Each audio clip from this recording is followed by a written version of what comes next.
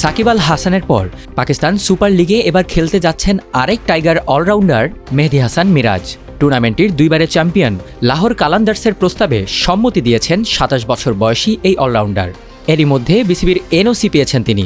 সবকিছু ঠিকঠাক থাকলে আগামী ম্যাচেই লাহোরের হয়ে একসঙ্গে লড়বেন সাকিব ও মিরাজ। ভারত পাকিস্তান রাজনৈতিক সংঘাতের কারণে যেন লাভই হচ্ছে বাংলাদেশি ক্রিকেটারদের। সাময়িক সময়ের জন্য দুই দেশের দুই ফ্র্যাঞ্চাইজি টুর্নামেন্ট বন্ধ থাকায় নিজ দেশে ফিরে গিয়েছিল অনেক বিদেশি ক্রিকেটার।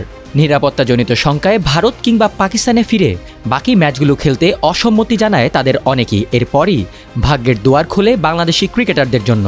টাইগার পেসার মুস্তাফিজুর রহমানকে দলে ভেড়ায় আইপিএলের দল দিল্লি ক্যাপিটালস, আর পিএসএলের দল লাহোর কালান্দার্সে যোগ দেন সাকিব আল হাসান। এবার সেই তালিকায় যোগ হল মেহেদী হাসান মিরাজ।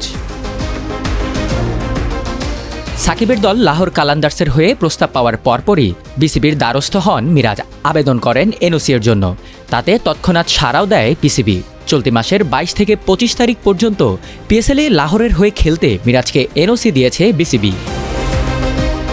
বর্তমানে জাতীয় দলের টি-20 সেটআপের বাইরে আছেন মিরাজ।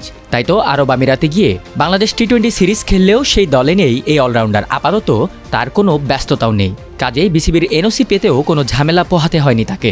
ফলে প্রথমবারের মতো দেশের বাইরে কোনো ফ্র্যাঞ্চাইজি লিগে খেলতে আর কোনো বাধাই নেই এপ্রিলে আইসিসি মাসসেরা খেলোয়াড়ের পুরস্কার জেতা মিরাজের।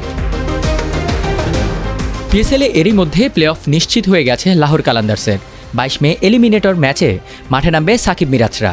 সেখানে জিততে পারলে ২৩ মে দ্বিতীয় কোয়ালিফায়ার্স খেলবে দলটি। সেটিও জিততে পারলে ২৫ মে পিএসএলের ফাইনালে মাঠে নামবে সাকিব মিরাজের লাহোর কালান্দার্স।